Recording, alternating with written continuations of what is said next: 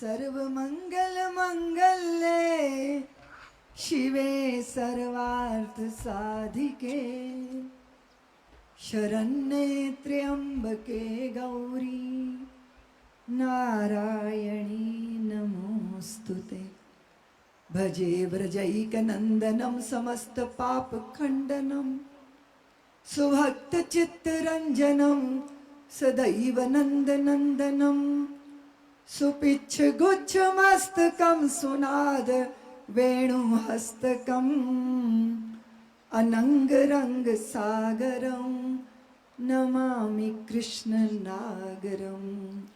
बोलिए कृष्ण कन्हैया लाल की, सर्वमंगला मात की, बोलिए अयोध्या नाथ की, श्री राम लला की, सत्य सनातन धर्म की, भारत माता की, देवभूमि हिमाचल की। आज मेरा सौभाग्य है हम इस पावन धरा पर, शनाग मनाली की पावन धरा पर, जहां 9 गांवों से सभी सनातन बंधु भगिनी आए हैं, मैं उन गांवों का नाम लेना चाहती हूँ। सोलंग गांव, कोठी गांव, पलचान गांव, रुआड़ गांव, कुलंग गांव, मजाज गांव, बुरुआ गांव, शनाग गांव में तो हम बैठे ही हैं, गौशाल गांव और वाहंग गांव के सभी बंधु भगिनियों, मैं आपको प्रणाम करती हूँ, वंदन करती हूँ। और आपने जो इतना सुंदर भावभीना स्वागत किया, आपकी अर्पित किए गए ये पुष्प, आपकी अर्पित की गई कुल्लू की ये शॉल, और मैं इसको पुष्प और शॉल ही नहीं मानती, ये आपका हृदय है, ये आपकी भावना है, ये आपका प्यार है जो उपहार के रूप में मुझे प्राप्त हुआ है।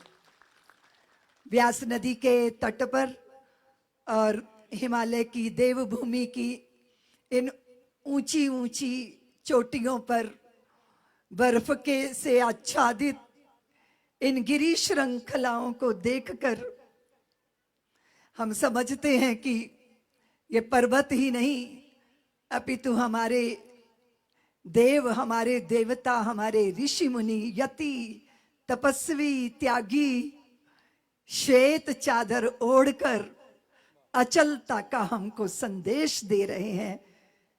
टिके रहने का, खड़े रहने का, अचल रहने का हमें संदेश दे रहे हैं। बड़ा भाग्यशाली ये समय है।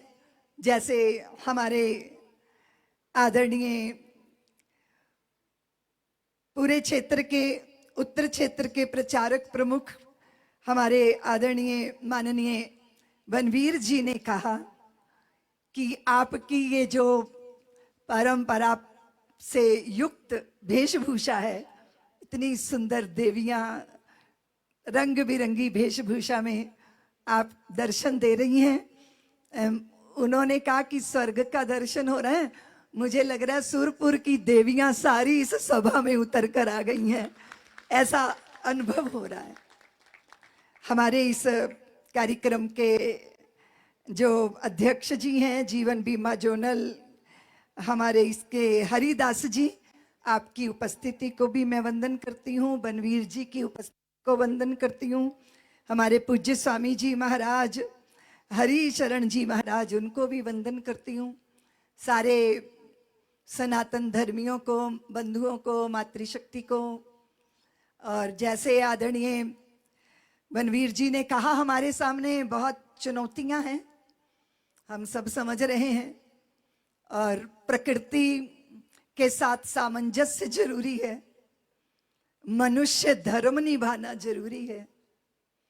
सारी दुनिया जल रही है, या तो भौतिकवाद की आग में या आतंकवाद की आग में। एक दूसरे के देश नष्ट करने की होड़ लगी है। कुछ नहीं, ईगो की लड़ाइयां हैं। वो चाहते हैं कि हमारी दुकान का माल ज्यादा बिके, इसीलिए बने बनाए देश पहले ध्वस्त किए जाएंगे और फिर उनको बिल्ट करने के लिए धन दिया जाएगा। दुनिया को उन्होंने बाजार बनाया है और बाजार में तो बाजारू व्यवहार ही होता है। हमने दुनिया को बाजार नहीं माना, हमने दुनिया को परिवार माना। वसुधैव कुटुंबकम की भावना के साथ हम जिए। हमें रिश्ता बनाना आता है। छोटे थे तो माँ से पूछा, माँ आसमान में ये कौन चमक रहा है? तो उसे देख के माँ ने कहा, लाल तेरा चंदा मामा, तेरा चंदा मामा इस अंधेरी रात में तेरा मार्ग प्रशस्त करता है। माँ मेरा मामा मेरे घर आएगा? हाँ, तू चलेगा तो तेरे साथ साथ तेरा मामा भी चलेगा। एक दूर आसमान के नक्षत्र से भी हमें रिश्ता बनाना आता है। धरती माँ है, नदी माँ है, गाय माँ है और भारत तो हमारी माँ है ही। मेरी माँ जननी मेरी माँ है, पर मेरे गांव की सभी देवियां मेरी माँ है, मेरी भगनी है, मेरी सखी है। वनस्पतियों में देव विराजमान है। शाम को पेड़ों को कष्ट नहीं देना। रविवार का दिन है, तुलसी के पत्र नहीं तोड़ने। कितनी संवेदनशीलता के साथ हमारी माँ ने हमको बड़ा किया। मनुष्य बनाने की यही प्रक्रिया है कि हम दूसरे के कष्ट को कष्ट समझें। व्यवस्था क्या थी? गुरुकुलों के बीच में हमारे व्यक्तित्वों के निर्माण होते थे। गुरु माता साथ थी, गुरु साथ होते थे। हम स्नातक हो गए, गुरुदेव क्या हम वापिस जाएं अपने शहर, अपने गांव? हाँ, तुम्हारी परीक्षा हो गई, पर अभी एक परीक्षा बाकी है। वो क्या परीक्षा है गुरुदेव, बता दीजिए। वो तो नहीं बताएंगे, वो परीक्षा हम लेंगे, अपने ढंग से लेंगे। और फिर 3-4 विद्यार्थियों को गुरु कहते हैं कि जाओ, तुम्हारी विद्या, तुम्हारी शिक्षा, तुम्हारी साधना पूर्ण हुई, अब लौट सकते हो, अपने घरों को वापस जा सकते हो। और गुरुकुल से लौटते समय बीच में जंगल और छोटी सी नदी और उसके ऊपर एक लकड़ी का पुल, उसे पार करके जाना है। और जब देखा तो उस पुल के ऊपर कांटे ही कांटे बिछे हैं। एक तैरना जानता था विद्यार्थी, उसने वो तैर कर उस पार गया। दूसरे ने देखा कहां कहां कहां कहां पैर रख सकता हूं, बच बच बच के वहां से उस पार गया। और वो जो तीसरा था वो बैठकर उस पुल के कांटों को बीनने लगा। जो 2 उस पार गए थे उन्होंने कहा, पागल हो, सांझ हो रही है, सूर्य अस्ताचल को जा रहे हैं, जंगली व्याघ्र जानवर आएंगे तुम्हें खा लेंगे। तो वो विद्यार्थी बोला कि सांझ हो रही है, सूर्य अस्ताचल को जा रहे हैं, रात हो जाएगी। और कई जंगली जानवर इस पुल से निकला तो उसके पैरों में ये तीखे कांटे चुभ जाएंगे। मैं ऐसा बर्दाश्त नहीं कर सकता, इसलिए जब तक सारे ब्रज के पुल के कांटे नहीं बीन लूंगा तब तक मैं उस पार नहीं जाऊंगा। वो कांटे बीनने लगा और इतने में गुरुदेव सामने आ गए। उन्होंने क्या किया, वो जो 2 उस पार चले गए थे ना, उनका कान पकड़ा और कहा कि गुरुकुल वापस चलो, अभी तुम सभ्य नागरिक नहीं बने हो, अभी तुम अपने नगर में जाने योग्य नहीं बने हो। और वो जो कांटे बीन रहा था उसको कहा, वत्स अपने गांव लौट जाओ। जो दूसरों के मार्ग के कांटे बीनना सीख जाता है ना, वो किसी के मार्ग में कभी कांटे नहीं डालता, इसलिए तुम योग्य हो गए हो। हमारे यहाँ की विद्या की परीक्षा इस तरह होती थी। भारत मनुष्य गढ़ता था, और मनुष्य का अर्थ है अधिकारों की लालसा नहीं, कर्तव्यों का बोध। अधिकारों की प्यासी सत्ता कर्तव्यों को भूल गई और कुर्सियां लोहू पीकर खटमल जैसी फूल गई। ऐसा नहीं था भारत। चरित्र को सर्वोपरि मानता था भारत। एक एक व्यक्ति के जिंदगी को अगर देखोगे तो एक एक व्यक्ति, एक एक विधा का प्रमाण स्वयं से देता। करुण को याद करो, आपको लगेगा वो तो दानवीर थे। हरिश्चंद्र का स्मरण करोगी तो लगेगा अरे वो तो स्वप्न में दिए गए वचन के लिए मणिकर्णिका के घाट पर चंडाल की भूमिका में खड़े हो गए थे। सामने कौन थी? पत्नी थी, रोहित की लाश लिए हुए। कैसी विवशता रही होगी।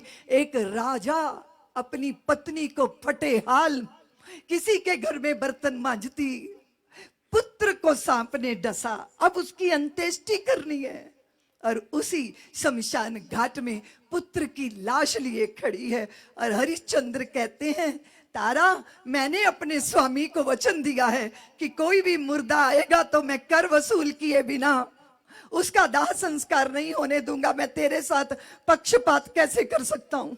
तारा ने कहा आपके चरणों का अनुगमन करते करते करते मैं रीत गई, मैं बीत गई, मैं रिक्त हो गई, मैं खाली हो गई, मेरे पास कुछ नहीं बचा आपको देने के लिए। हरिश्चंद्र बोले तेरे तन की धोती बाकी है तारा, आधी से अपना तन ढक ले और आधी को आधा करके पुत्र को कफन दे दे और उस आधे में से आधा मुझे कर दे दे, मैं कर्तव्य में पूर्ण हो जाऊंगा देवी। और जब ये होने लगा तो त्रिदेव उतर आए उस भूमि पर कि हरिश्चंद्र तुम अपनी परीक्षा में उत्तीर्ण हो गए हो, सर्वस्व लुटाकर भी अपने वचन को निभाने वाली पूर्वजों की संतान है हम। अभी चर्चा सुन रहे थे आप कि शीश कटाए, बंद बंद कटाए, तत्ती तवी पे तपे, 1.25 लाख जनेऊ, अभी सुन रहे थे आप। अभी तो किसी ने जनेऊ नहीं उतारा, हमने स्वयं उतार दिए। किसने हमारी चोटी काटी? हमने स्वयं काट ली। माथे को सजाना भूल गए। और आज आपके बीच में बैठकर मैं देख रही हूं कि आप परंपरा के संवाहक अपने माथे को सजाए बैठे हो। जो देवियां यहां बैठी हैं, सनातन धर्म की देवियां, जहां देवियां बैठी होती हैं वहां सारे पुरियों की पावनता उतर कर आ जाती है। आज जिस चुनौती को हमारे सामने हम देख पा रहे हैं वो क्या है? क्या ये आह्लाद आनंद किसी संत के मिलन का आपकी संतान को होगा? उनकी संतानों की संतानों को होगा? तुम दीदी मां को देखकर तुम्हारी आंखें भीग रही हैं। तुम कहते हो हमारी दीदी मां आ गई, हमारी दीदी मां आ गई। दीदी मां तुम आ गई हो, आपकी संतानों की संतानों की संतानों के चित्त में भी संत प्रेम क्या होगा? क्या हमने ऐसी व्यवस्था बनाई है? हमारी सनातन की धारा किसी मरुधरा की सरस्वती तो नहीं बन जाएगी? क्या हम आश्वस्त हैं कि मेरी संपत्ति का संवाहक मुझे मिल रहा है, पर क्या मेरे धर्म का ध्वजावाहक मुझे मिल रहा है कि नहीं? इसका चिंतन करना जरूरी है। हम घिरे हैं विपत्तियों में, और विपत्तियां बाहर से नहीं है। बाहर से जो हैं सो हैं, जो आंतरिक विपत्तियां हैं वो क्या है? दुशासन नहीं आया, दुर्योधन नहीं आया, वो द्वापर में था। लेकिन अभी मेरे घर के आंगन में मेरी संस्कृति का चीरहरण हुआ। किसके द्वारा हुआ? सैटेलाइट चैनलों से। क्या भारत की स्त्रियां ऐसी हैं कि वो पतिव्रता पति के रहते एक नहीं, दो नहीं, तीन नहीं, 4 पुरुषों से संबंध बनाकर रखे? क्या भारत की देवियां इतनी चरित्रहीन है? लगातार वो सीरियल देख देख के विवाहेतर संबंधों के सीरियल पूरा दोपहर वो सब चलता है, जहां चरित्र हनन हो रहा है, जहां नैतिकता को शिथिल किया जा रहा है। अगर 1000 बार कत्ल देखोगे ना तो फिर किसी ना किसी दिन हाथ से कत्ल हो ही जाएगा। अगर लाखों बार चरित्रहीनता के दृश्य देखोगे ना, एक बार अजामिल ने एक वैश्या को एक श्रेष्ठी के साथ रमण करते देख लिया था तो ब्राह्मणत्व के शिखर से उसका पतन हो गया था। और हमारी संतानें 14 वर्ष तक लाखों बार ये गंदे दृश्य देखती हैं। अब तो हाथ में मोबाइल है, तुम्हारे बच्चे तुम्हारे घर में हैं लेकिन घर में नहीं है। वो लोग कहते पेइंग गेस्ट हैं, नहीं, उसका तो वो कीमत भी नहीं चुका रहे। माई वे हाईवे, ये सोच कभी भारत की नहीं रही। भारत ने हमेशा कहा पुरखों के, पूर्वजों के, आचार्यों के दिए हुए मार्ग पर हमें चलना है। इसीलिए मैं आपसे ये यक्ष प्रश्न पूछ रही हूं, सनातनियों, तुम्हारे मंदिर की घंटियां युगों युगों तक बजनी चाहिए, देवों की डोलियां इसी तरह निकलनी चाहिए, पर देवता की डोली उन कंधों पर सवार होती है जो देवता के चरणों में प्रणत होते हैं, शरणागत होते हैं, हृदय जिनका पावन और पवित्र होता है। इसी पवित्रता को अपनी संतानों को देने की जिम्मेदारी हमारी है। मैं अक्सर कहती हूं, हम सनातनियों के बच्चे तुलसी के पौधे हैं, और तुलसी के पौधे वासनाओं की शराबों से नहीं, संस्कारों के गंगा जल से सींचे जाते हैं, और वो जिम्मेदारी हमारी है। उस जिम्मेदारी को निभाने के लिए, उस कर्तव्य बोध को जगाने के लिए आज हम हिंदू सम्मेलन में राष्ट्रीय स्वयंसेवक संघ ने आपका एक एक पुत्र मांगा। आपसे क्या बनाकर खड़ा करना है? राष्ट्रीय स्वयंसेवक संघ को बनज व्यापार करना है क्या? कोई कारखाने चलवाने हैं क्या? आपने अपनी संतान दी। यहां बनवीर जी बैठे हैं। अपरिग्रही अकिंचन अनिकेतन, दुनिया बटोरती है, पर राष्ट्रीय स्वयंसेवक संघ का स्वयं सेवक प्रचारक कहता है कि जो बटोरा जाता है वो विषाद होता है, और जो बांटा जाता है वो प्रसाद होता है। मुझे बांटना है, मैं बांट रहा हूं। राष्ट्रभक्ति का बीजा रोपण करना है मुझे। प्रत्येक व्यक्ति के हृदय में मेरा राष्ट्र सर्वोपरि है, मेरा देश सर्वोपरि है, उसके लिए तन समर्पित, मन समर्पित, और यह जीवन समर्पित चाहते हैं। देश की धरती तुझे कुछ और भी दूं, इस भाव के साथ पूरे भारत के अंदर राष्ट्रवाद का बोध जगाया गया। अभी चर्चा हो रही थी पंचव्रतों की चर्चा। प्रकृति को तो सुंदर रख लो, वो रौद्र रूप धारण करती है फिर चांटे मारती है, उसकी मर्यादा भंग मत करो। उस नदी को बहने दो और सागर तक पहुंचने दो। वो नदी किसी गांव में प्रवेश करेगी ना तो वो गांव ध्वस्त हो जाएगा और नदी का जल कीचड़ बन जाएगा। वो नदी की बात है। मेरे यहाँ नारियां बैठी हैं। नदी और नारी और संस्कृति की एक ही गति होती है। नारी का जीवन भी मर्यादा के दो किनारों में बहता है, और अगर किनारे और तट टूटते हैं तो जानते हो वो नदी क्या करती है? गांव में प्रवेश करती है और पूरे सृजन को मिट्टी में मिलाती है, और स्वयं भी मिट्टी होके गारा हो जाती है। उसे सागर की मंजिल कभी नहीं मिलती। इसीलिए मर्यादा के किनारों में, नीति के तटों के मध्य में मेरे जीवन की धार बहे। यही मेरे भारत के पूर्वज सतयुग का द्वापर उन नारियों का बोध मेरे चित्त में। मुझे कभी कभी उद्वेलन होता है देवियों, मैं व्याकुल हो जाती हूँ। लोग कभी कभी मेरी ट्रोल मुझे कर देते हैं, कहते हैं रितंबरा बड़ी बैकवर्ड है। मुझे लगता है कि मैं बैकवर्ड नहीं हूं, मैं बड़ी मॉडर्न साध्वी हूं।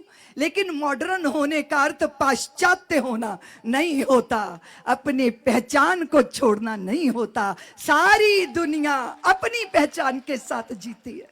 मुझे बताओ हिंदुओं, मुसलमानों के कितने देश हैं, ईसाइयों के कितने देश हैं, पर तुम्हारे कितने देश हैं?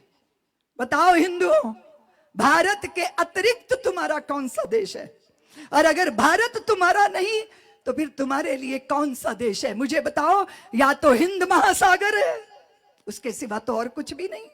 जैसे अभी उनसे कहा गया 350 साल पहले के या तो मरो या मुसलमान बनो। हम ऐसे हालात और परिस्थितियों को अपने आप को खड़ा देखना चाहते हैं। 35-35 साल तक बच्चे ब्याह नहीं करते, फिर 5-5 6-6 साल तक बच्चों को जन्म नहीं देते। कुछ विचार है कि नहीं?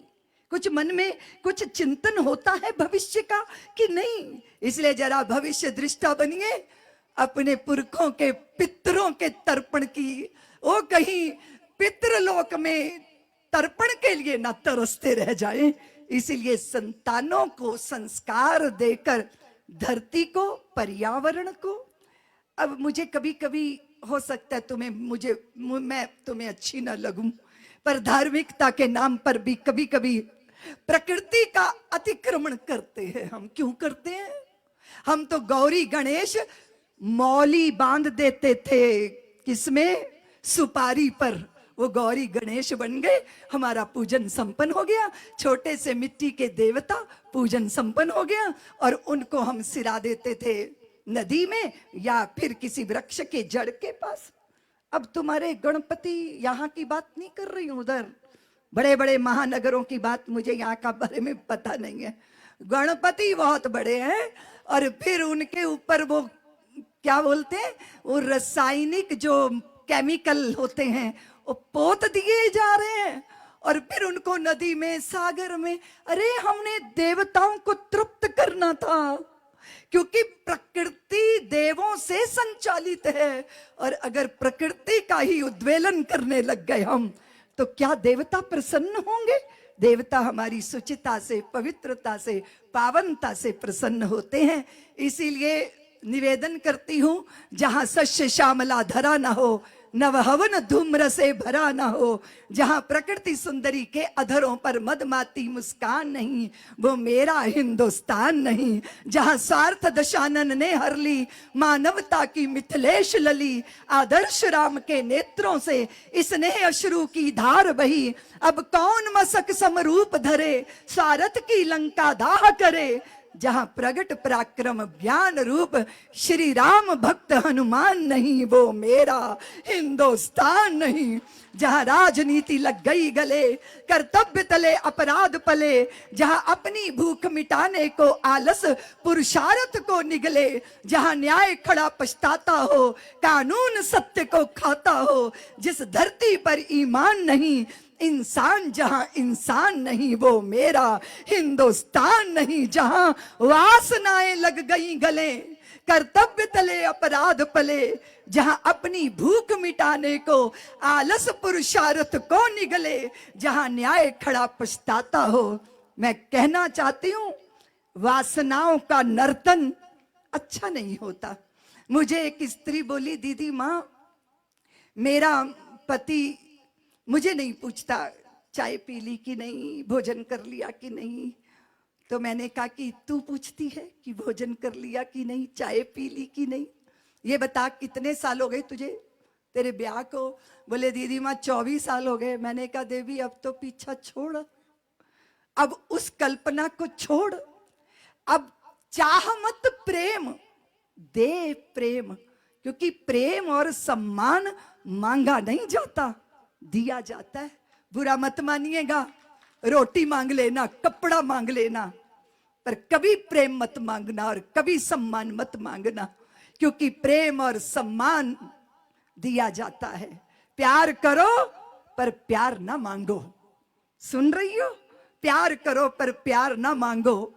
गैरों से क्या अपनों से भी सपनों का संसार न मांगो। देखो फलदायी वृक्षों को कितने नम्र रहा करते हैं, फल वाले होकर भी तन पर पत्थर का कठिन प्रहार सहा करते हैं। सीखो उनसे स्नेह देकर, बदले में सत्कार न मांगो। प्यार करो पर प्यार न मांगो। ये जीवन मुक्ति का मंत्र है। दूसरा मंत्र है समरसता का। मुझे आदरणीय बंधु कह रहे थे, हरिदास जी दीदी माँ समरसता पर बात करिएगा, तो हमने कहा भारत समरसता में जीता है। सुनो जी, दाशरथी हैं श्री राम, आप क्यों धनुष टांगे रहते हो अपने कंधे पर? जानकी जी बोली, मुझे चिंता होती है आपका स्वभाव बिगड़ जाएगा। आप हमेशा अस्त्र शस्त्र अपने पास रखते हो, आपका स्वभाव बिगड़ जाएगा, आप हिंसक हो जाओगे। जानते हो श्री राम क्या बोले, जानकी आर्त होता है, आर्त उसको बोलते हैं जिसको कोई दस्यु, जिसको कोई आतंकवादी पीड़ा दे रहा हो, दुख दे रहा हो, तो वो बोले जानकी मैं किसी आतताई से आतंकित व्यक्ति की पीड़ा नहीं देख सकता, मैं पैरों की जूतियां छोड़ सकता हूं, अयोध्या का सिंहासन छोड़ सकता हूं, रेशमी वस्त्रों का त्याग कर सकता हूं, आभूषणों का त्याग कर सकता हूं, ना तो मैं अपनी वीरता का त्याग कर सकता हूं और ना मैं अपने कंधे पे धनुष मन का त्याग कर सकता हूं, क्योंकि मैं किसी व्यक्ति का दुख नहीं देख सकता। ये किसके हृदय की बात है? बोलो बोलो ना, बोलती क्यों नहीं हो? राम जी के हृदय की बात है। और दूसरा भी एक दृश्य है, जटायु घायल पड़े हैं, रावण की चंद्रहास से उनके पंख कट गए हैं, वो रक्त रंजित हैं, वो भूमि पे भूलुंठित हैं, और श्री राम व्याकुल होकर उनकी तरफ दौड़े और फिर उन्होंने जटायु जी को गोदी में ले लिया और कहा, तात आपने ये क्यों किया? आपने रावण जैसे दस्यु डाकू के साथ टक्कर क्यों ले ली? देखो आप कितने घायल हो गए हो। तो जानते हो जटायु ने क्या कहा? श्री राम मैं किसी दुखी का दुख नहीं देख सकता, जो एक राजकुमार के हृदय में भावना है वही मांस भोजी जटायु के हृदय में भावना है। यही समरसता है जो भारत की समरसता है। हम किसी दुखी का दुख नहीं देख सकते, हम किसी को पीड़ा नहीं देख सकते, हम चींटी से लेके ब्रह्मा तक एक ही सत्ता का दर्शन करने वाले लोग हैं। ये समरसता है जो पशु पक्षियों में भी भेद नहीं करती, मनुष्यों की तो बात छोड़ दीजिए। नामदेव ने बनाई रोटी, कुत्ते ने उठाई, पीछे घी का कटोरा लिए जा रहे, प्रभु रूखी तो ना खाओ, थोड़ा घी भी लेते जाओ, कैसी शक्ल बनाई तूने स्वान की, मुझे ओढ़नी ओढ़ा दी इंसान की, तेरा मेरा एक रूप फिर काहे को हजूर। उस कुत्ते में देखा, क्या देखा?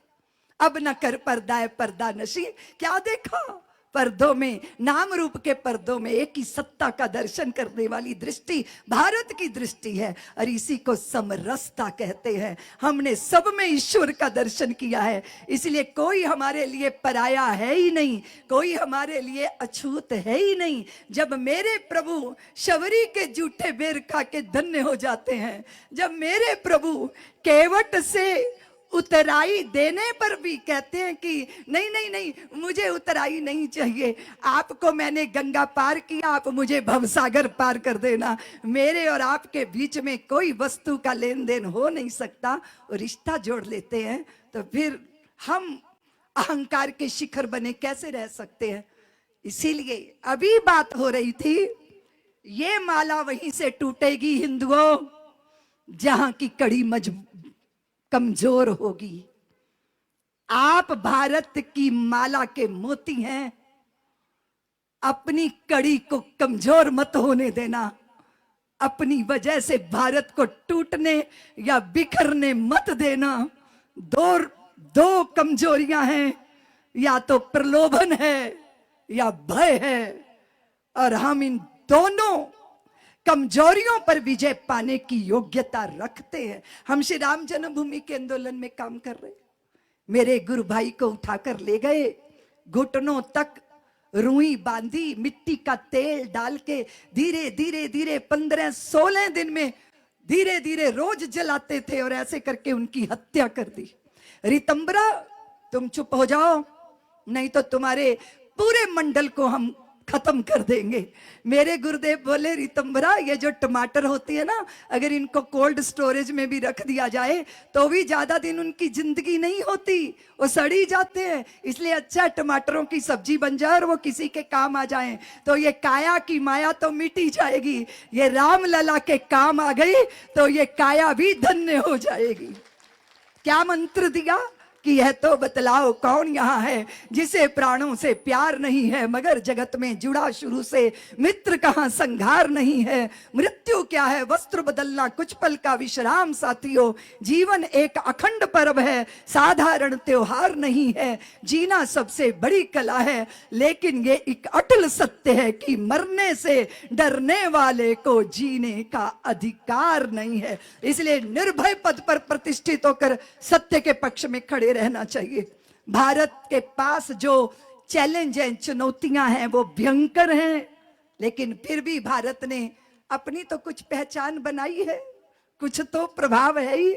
देख लीजिए इस सागर की छाती पर जिस जहाज पर तिरंगा फहरा रहा है वो अवाध गति से भारत तक आ रहा है। कुछ तो बात है भारत में, उस महिमा को समझना बहुत जरूरी है। और अब जबकि सारा संसार एक दूसरे को नष्ट करने में लगा है, तो भारत का वो विचार जो वसुधैव कुटुंबकम का विचार है, इसको प्रबल करने की आवश्यकता है। इसलिए अपने घर में मजबूती जरूरी है, अपने भाई बहनों के बीच में, कुटुंब में। इसलिए सब लोग एक दूसरे के साथ प्यार के सूत्र में बंधे रहना जरूरी है। इतना ही मैं निवेदन करती वाणी को विराम देने जा रही हूं कि लकड़ियां चूल्हे में जलती हैं, जलकर राख बनती हैं।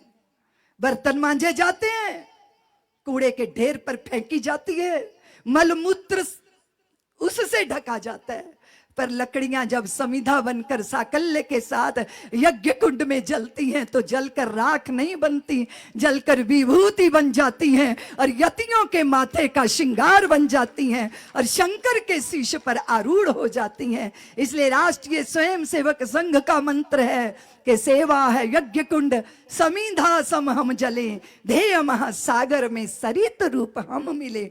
अब आपने कहा दीदी माँ कैसे होता है? ऐसे होता है कि आपने तन्मयता से भोजन बनाया तो वो भजन बन गया, आप तन्मयता से चले तो परिक्रमा बन गया, आप आनंद से सो गए तो वो समाधि बन गया। चलूं फिरूं सोई पैकर्मा, खाऊं पीऊं सो पूजा, सोए जाऊं सो लगी समाधि, भाव मिटाया दूजा। कैसे होता है ये? तो ये प्रश्न हथौड़े ने एक बार कुंजी से पूछा था। किसने?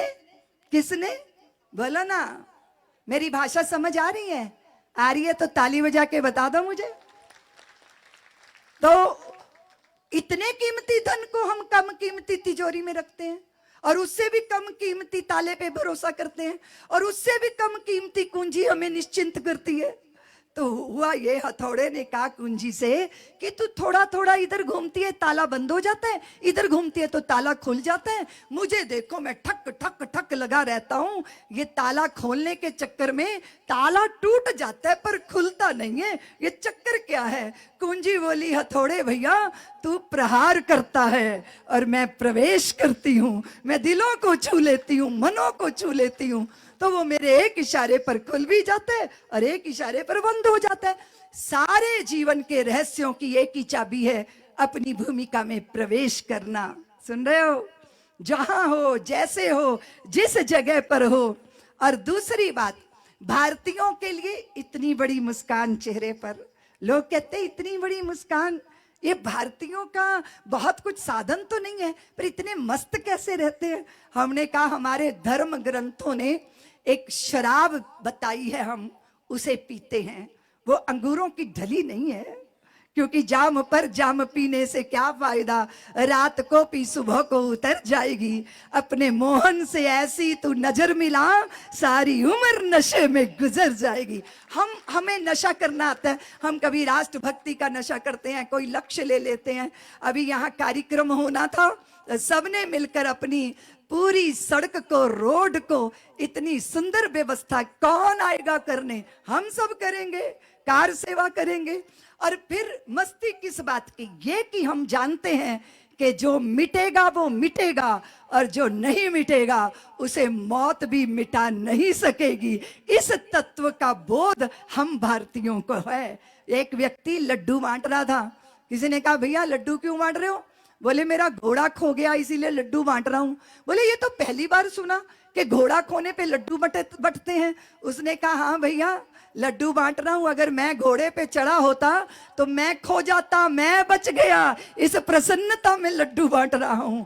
सर्वस्व लुट जाए फिर भी मेरा कुछ नहीं बिगड़ा, ये है वो मस्ती जो हमें आनंद में रखती है। इसलिए आनंद में जब व्यक्ति होता है वो समस्या नहीं बनता, वो क्या बनता है?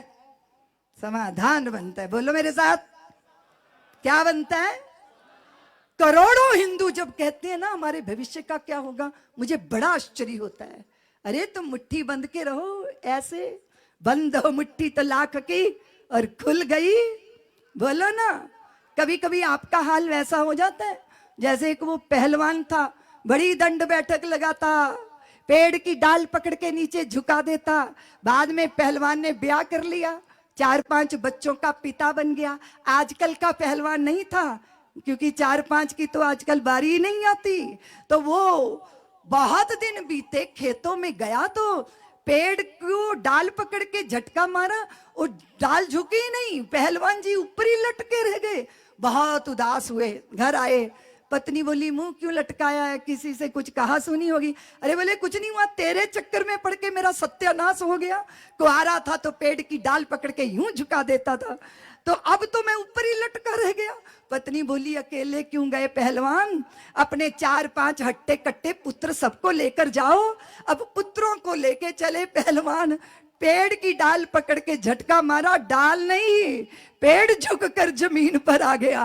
पहलवान की पत्नी बोली पहलवान जी आपकी शक्ति कहीं चली नहीं गई थी, आपके 4-5 पुत्रों में बट गई थी। तो हिंदुओं तुम्हारी भी शक्ति कहीं नहीं चली गई, तुम्हारी जातिवाद, तुम्हारी पार्टीवाद, तुम्हारी भाषावाद और पता नहीं कितने तुम्हारे झंडे हैं, कितने एजेंडे हैं, कितने डंडे हैं, सब अपने आप में एक संस्था। और पता चला मैं इंग्लैंड गई, भारतीयों का हाल तो जहां भी जाओ वहीं एक जैसा ही होता है। मंदिर में जाना तो बाहर खड़ी हूं, अंदर कोई ले ही नहीं जा रहा। अरे रुको दीदी रुक, अरे मैंने कहा जाने दो ना। अरे वो बोले नहीं अध्यक्ष जी आएंगे आपका स्वागत करने। तो पता चला देर क्यों हुई, वो पूर्व अध्यक्ष और अपूर्व अध्यक्ष और वर्तमान अध्यक्ष की लड़ाई हो रही थी कि माला कौन पहनाएगा, स्वागत कौन करेगा। मैंने कहा धन्य हो महाराज, तुम भले ही देश बदलो पर तुम्हारी बुद्धि बदलने वाली। तो हम संस्थाओं के नाम पर जब अहंकारों के शिखर बनते हैं, और शिखर का एक सच है कि वो अपने आप में अकेला होता है। इसलिए कभी कभी ना अपने दूषणों को देख लेना चाहिए ताकि उनका इलाज हो सके। बोलो ना, जरूरी है ना, मिलकर रहना जरूरी है ना। फिर तुम कहते हो दीदी माँ हम काम करते हैं, श्रेय कोई लूट लेता है, फिर हमें बड़ा दुख लगता है। अरे तुम कहती रहती हो दिया जल रहा है, दिया जल रहा है, दिया जल रहा है, कभी जला दिया? बाती जलती है पर सारा श्रेय दिया लूट ले जाता है, होता है कभी ऐसे है। लेकिन बात ये नहीं है कि किसी ने हमें रिकॉग्नाइज किया, किसी ने हमें पुरस्कृत किया, किसी ने हमारा संज्ञान लिया, नहीं, उस सत्कर्म से हमें संतोष मिला, हमें आनंद मिला, वही प्रतिफल है, वही उपहार है और वही सबसे बड़ा प्रसाद है।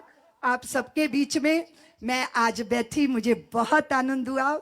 हवाई यात्रा करके आई हूँ, बड़े बड़े पहाड़ों के शिखरों का दर्शन करते हृदय में एक ही बात गूंज रही थी कि ये जो उत्तुंग हिमालय, श्रृंग हिमालय, ये जो बड़ी बड़ी ऊंची ऊंची चोटियां हैं, हिंदू का स्वाभिमान भी इन चोटियों से ऊपर जाए। हम अपने व्यक्तिगत अभिमान को भूल जाएं पर राष्ट्रीय स्वाभिमान के साथ जिए। हम शिव के सुत कार्तिके हैं, क्रीड़ांगन कैलाश है, देवों का सेनापति बनना ये अपना इतिहास है।